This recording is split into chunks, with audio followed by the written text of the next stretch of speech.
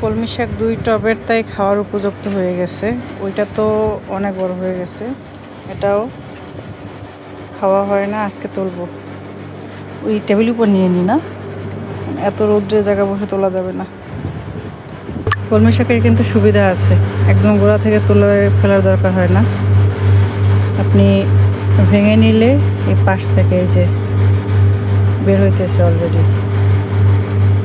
আমি এখান থেকে ভাঙবো, যে এই পাশ থেকে এই পাতার এই জায়গা থেকে আবার নতুন করে শাক বের হবে প্রত্যেকটা দিয়ে। এই যে এগুলো থেকে অলরেডি বের হওয়া শুরু হয়েছে। একবার লাগাইলে পুরো সিজন খাওয়া যায়।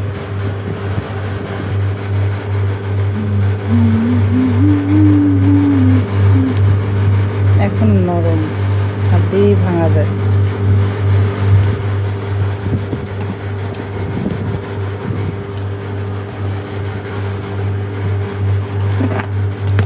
শাক তোলার পরে হচ্ছে এর মধ্যে একটু চিকেন ম্যানিউর দিয়ে দিলাম, কারণ শাকে আর কিছু দরকার হয় না।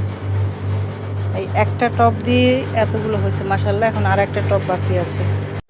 এই দ্বিতীয় টবের তো হচ্ছে পরে লাগানো হয়েছিল, তারপরেও মাশাআল্লাহ তারা কিন্তু অনেক বড় হয়েছে।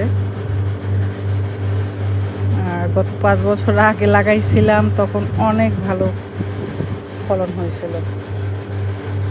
তারপরে বছর টুকিটাকি খাইতে পারছি, কিন্তু তারপরে কয়েক বছর চারা হয়েছে ঠিকই, কিন্তু পোকায় খেয়ে ফেলতো।